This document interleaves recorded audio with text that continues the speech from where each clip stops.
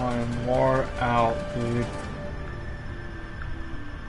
I ain't for this much whooped in my life and ever for a long time. You know, this whooped my. I ain't for this whooped out in a long time. Jesus. I thought my ass was not tired. God damn, I'm exhausted. Hey, Angel. It was about 4 in the morning one Saturday, and I was driving to work down the interstate. Okay. Just to know, I went outside like a dumbass with 100 degrees weather, with a jacket on, long pants, shoes, socks, and a hat to go Wheezy. If I start shaking, it's okay. It's me being stupid. This is my own fault. Just know I'll be okay if I start shaking. That's my ass being stupid. I won't be doing that again. It was still dark out. I could see the driver looking back at me as he passed.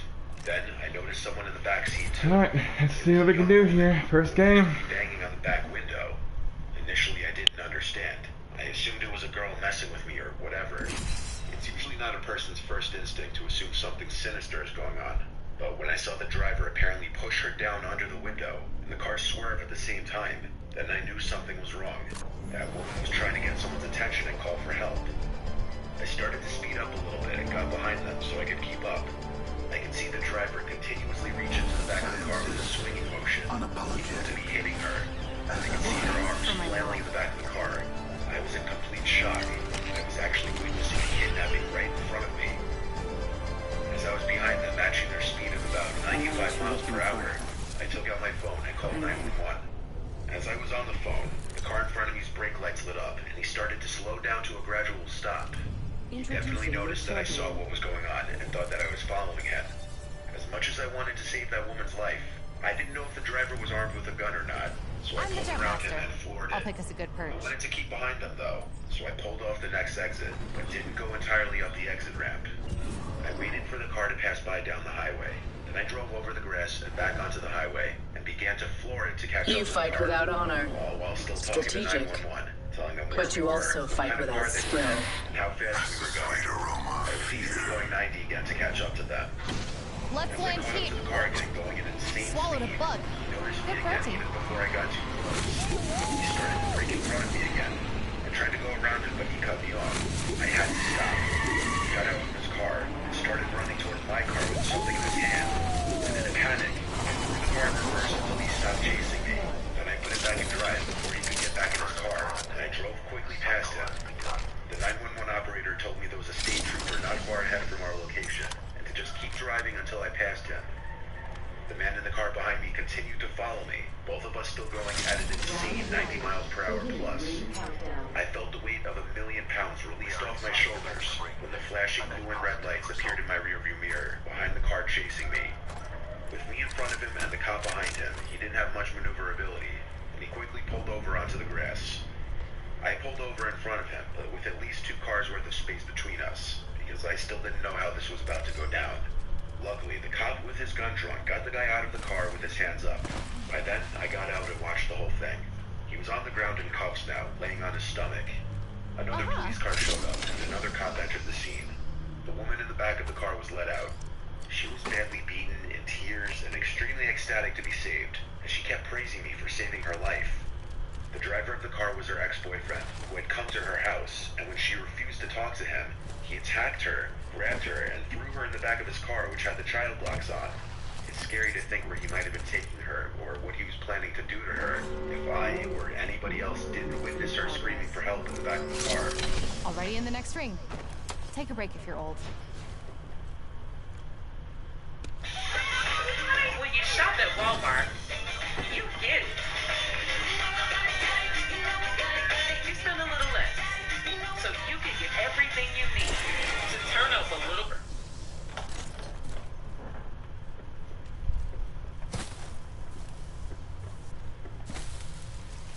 I suspect we will find something here. I made a trip to visit Agreed. Boston to support a family member who was running the Boston Marathon.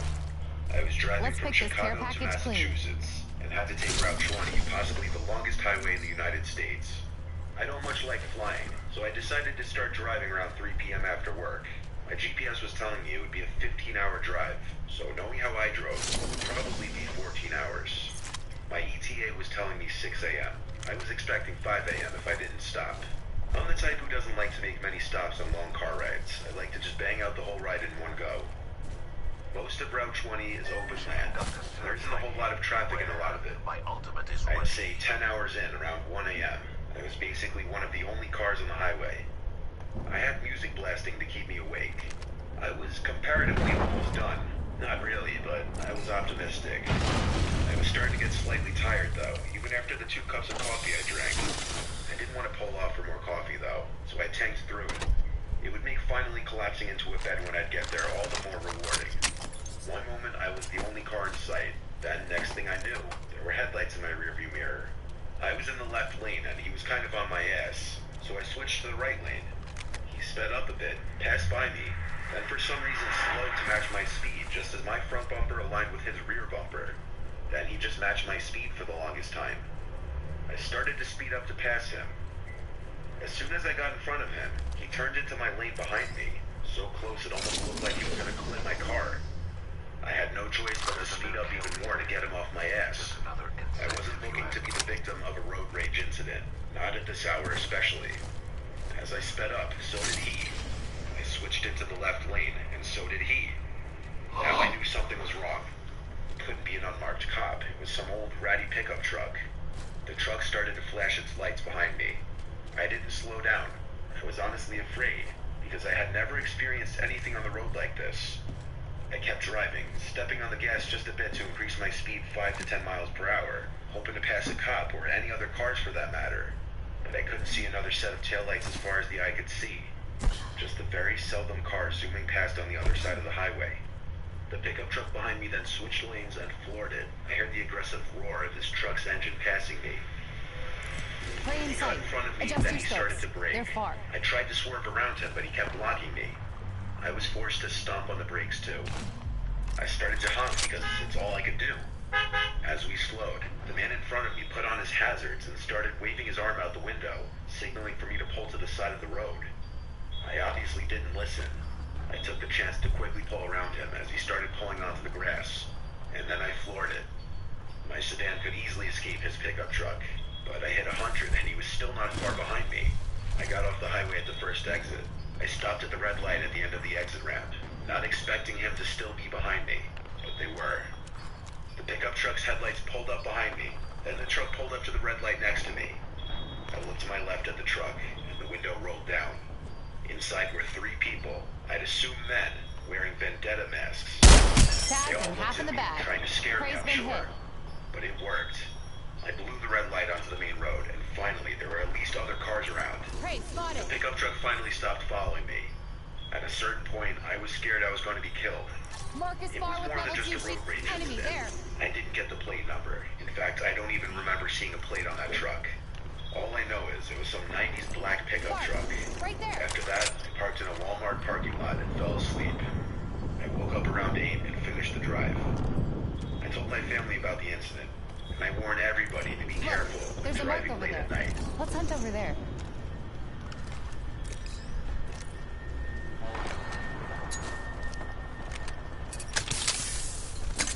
It was a Tuesday night in March.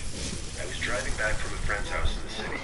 The trek that would take me about an hour in decent weather, but a deep fog had set in on the long, lonely highway.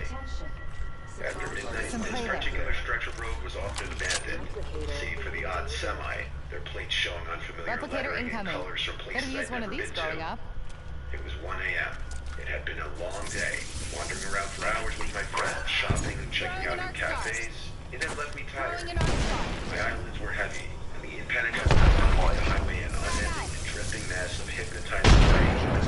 I drove cautiously, at times slowing my speed to a steady crawl, flashing my hazard lights to let anyone behind me know I was there.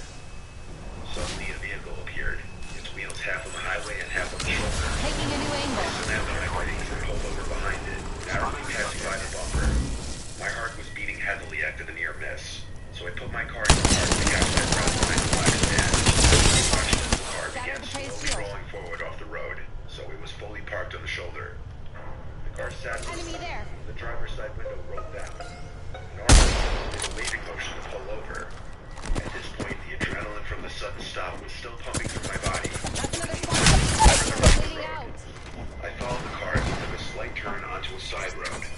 How you didn't die?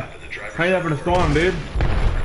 They must have kept his shield the entire time. Guy wearing a black winter jacket and jeans. He looked younger, Trevor-ish.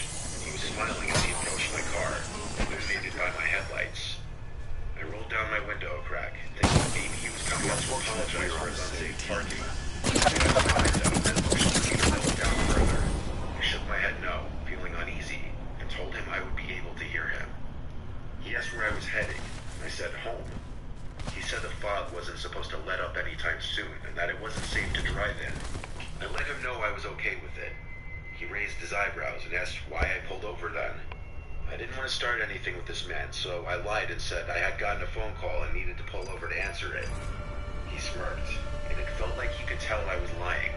He said he lived with his wife and son just down the road, about 5 minutes, if I wanted to wait it out.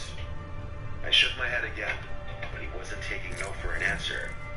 He tried to scare me, saying how it's 10 times more likely for me to die in a car crash when it's foggy, and that I looked tired and I should really think of my family before getting back on the road. I held my ground. He was getting angry. He began looking back at his car, and I saw someone move in the passenger seat I hadn't seen before. Suddenly the man was grabbing at my door handle, trying to open it. Thankfully it was locked. The passenger door to the car opened, and another man came running towards me with a baseball bat. I put my car in reverse, and the driver yelled something at him as I hit the gas. Underestimate He took a swing at my car, but and missed. pay the price. Luckily, I hadn't pulled too far off the highway. It was hard to tell where this road ended and the highway began as I backed up in the heavy fog. I turned my wheels and put my car into drive, praying there was no traffic coming up behind me. I floored it as I haphazardly merged onto the highway, not looking back. I often wonder when I'm driving that stretch of road if they tried to stop anyone else that night. What would have happened to me had I rolled my window down further?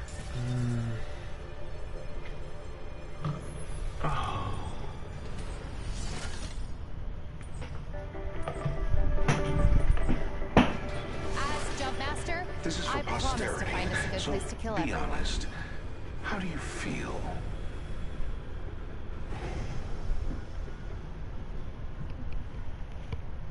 Scary things can happen on the road at night. Nighttime is when the creeps and weirdos come out, so you have to May be your extra bullets careful. hit their marks, This was and not me. right around when COVID started. I would often work over the hours at the hospital. My hours would be all over the place. I would always take the same route home, a parkway that I take 10 miles north of my town. It's never a busy parkway, even during the daytime, so at night, I'm almost always completely alone on the road, and COVID just made it even more of a ghost town. I never even see any state police at night either. Usually this is convenient for me as I get home quicker without any slow drivers around me. It was one night I was driving home in the middle of the night, or rather early hours of the morning. I see a red flashing SOS light stand perched up on the side of the road. As it's shown, it would light up the taillights of the car parked on the side of the road. Clearly someone was in need of assistance, and I was, I guess, in a good mood that night, so I pulled over in front of the car. As I passed the car, I saw a man waving his arms in the air. I put my hazards on and stepped out of my car to approach the man.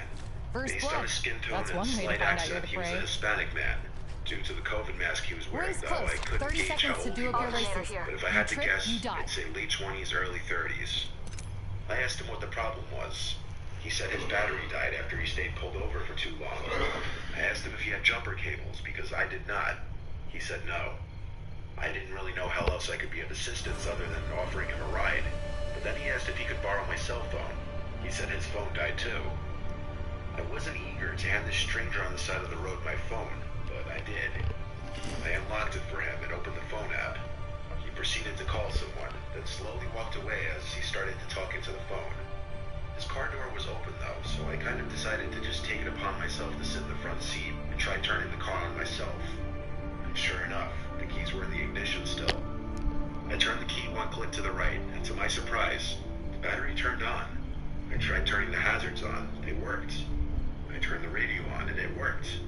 So I then turned the key once more to the right to start the car now, and it started on the first try. I didn't have enough time to think about how I might have just walked into a trap, because as soon as the car turned on, I felt two arms wrap around my throat trying to choke me. I heard a voice yelling from outside, "Hey, hey," over and over. It was the guy with my phone. I broke out of the person in the back seat's grip pretty easily. I looked at him, and it was a young teenage kid in the back seat. The man with my phone was running back towards his car screaming at me. I picked flight over fight and ran back to my car and got out of there as soon as the car was on. I swear to God, I heard a loud pop from outside that I found out moments later was a gunshot. My rear windshield had a hole in it, along with multiple cracks surrounding the hole. I couldn't call police until I got home since that guy still had my phone. I got home and told my parents, then went ahead and called 911 using the house phone. I explained to the police that I was led into a trap, that someone was hiding in the back seat, and that the man who shot at my car still had my phone, which was still unlocked with all my personal information on it. The police recommended I call AT&T immediately and asked them to track the last call that was made within the hour. But AT&T customer service didn't open until 7 a.m., so I had to wait. With the cops still there, though, I used Find My iPhone on my dad's phone to lock my phone, which I hoped was before they could have found our home address on there. Come 7 a.m., I called AT&T to ask if they could track the last call made, but there were no calls logged since my phone call with my mom earlier the previous day at work. That meant the man never actually made a phone call to anyone. I found out some more horrible news. All the Bitcoin I was holding in my Coinbase account was gone. Many thousands of dollars worth of it, sent to some random Bitcoin wallet address, completely untrackable. The phone's location stopped updating once the thief either disposed of or turned off the phone. I never got it back. A week after this incident, I woke up to my mom's concerned voice. My dad knocked on my door and told me to come downstairs and outside. I was scared, but I followed him. He said he and my mom heard someone in our backyard, but when we checked, we didn't see anyone there. My mom wanted to call the cops, but my dad said we'd hold off until we heard another noise, which we never did. I don't know if what they heard was a person, but if it was, I really hope it wasn't that man who had my phone. My address was saved everywhere on that phone. Regardless, it's been 2 years now, so it's obviously over. Still, I will never stop to help somebody on a highway at night ever again.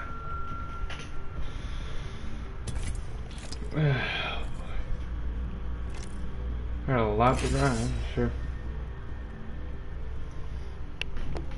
I feel like everybody's talking about Bitcoin these days. Do you have any? Yeah, thanks to Cash App, I do. You bought a whole Bitcoin? No, man, you don't need thousands to get in on Bitcoin. With Cash App, you get fractional shares. I'm so tired. Wearing all those clothes. It's the only way to stay free. That's why I'm exhausted. I'm not working. Also fucking wearing 50 jackets outside. We're going to do beautiful things together. 2 years ago. I was in the unpacking and settling in phase. You're a fucking bitch, hope you know that shit. You can never trust a hoe, have to learn that quick. Anyone How else many making others the are you cosmic sleep? power of a singularity? Anyone? When you raise the bulls, she like the way I'm the I jump master. You're falling for me already. Hey, I shot at the commissioner too, and he got Let's over land it. there. So we're good.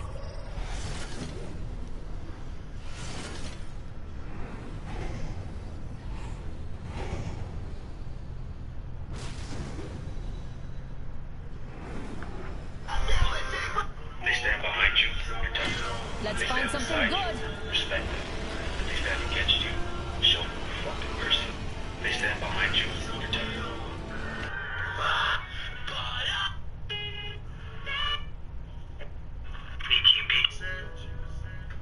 You're a fucking bitch, hope you know that shit. You can never trust a hoe, had to learn that quick. How many others are you sleeping with? All I know is I don't deserve this. You're a fucking bitch, hope you know that shit. You can never trust a hoe, had to learn that quick. I wish I had friends on now. I played Apex with me. You're a fucking bitch. Your birthday. Happy birthday. Happy birthday. Turn be your birthday. Happy birthday. Happy birthday. Turn up be your birthday. Introducing your champion. Happy birthday. Happy birthday. Turn up be your birthday. I'm the jump master. I want to land on someone's neck. want to take me out? Come find me. I'll buy the drinks. They say there's honor in death. You all think you'll make it out of this alive? Happy birthday. Time to kill. It's your birthday.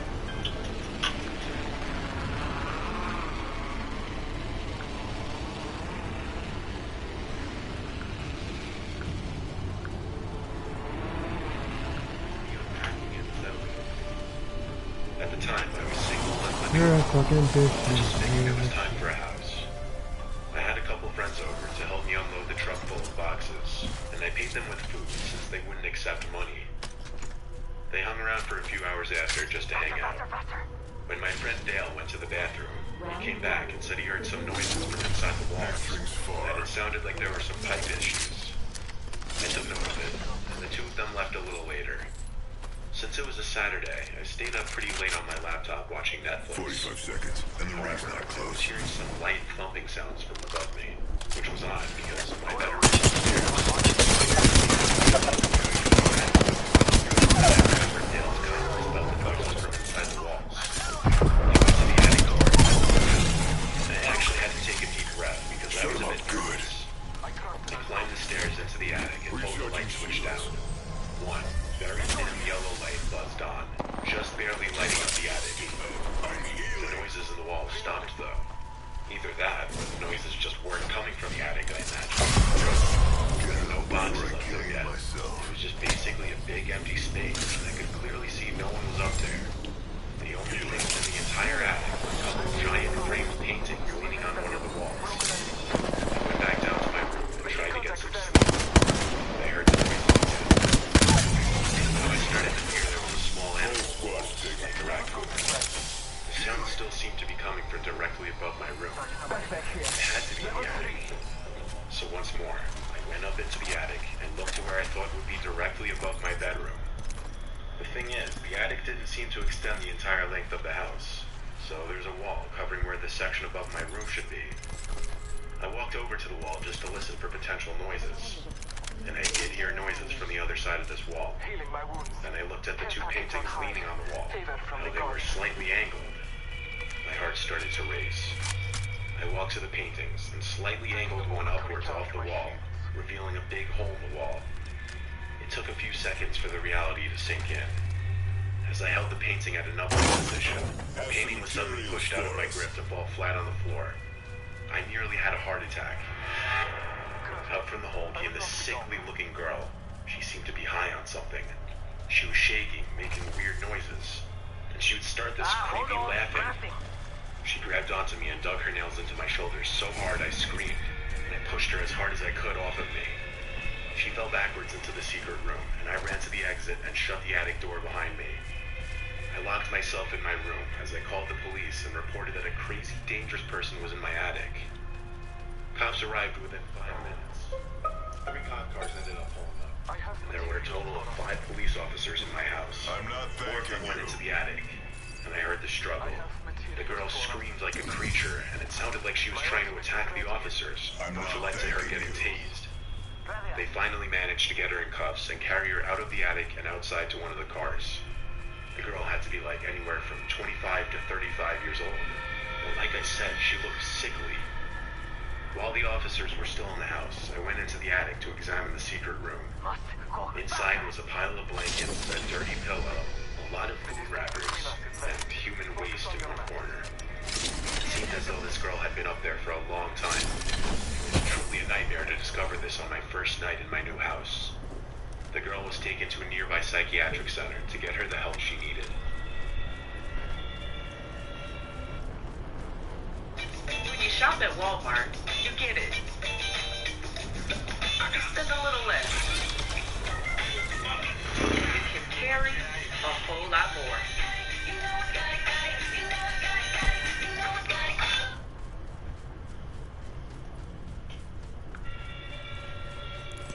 There's a skin bag here. Copy that. Shut it. My dad told me about my first house. My dad always had a lot of money, and when I wanted a house,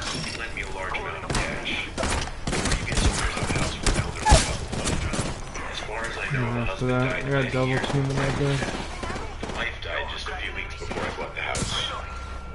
The son of the couple kept a lot of the furniture in the house for me. He took only what he really needed or wanted. To make things easier for me, less furniture to buy. I did dump some of the more outdated stuff on the curb though, including this old rocking chair that was sitting in the living room.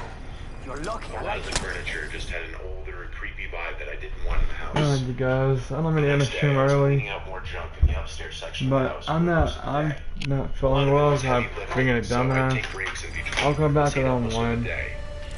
I didn't really get an ounce of sleep the Sorry night guys, before, but I need because I have a rest. mild I'm not form of feeling good. insomnia, which affects me certain nights. That second night, having moved into the house, I went out to get some Chinese for dinner.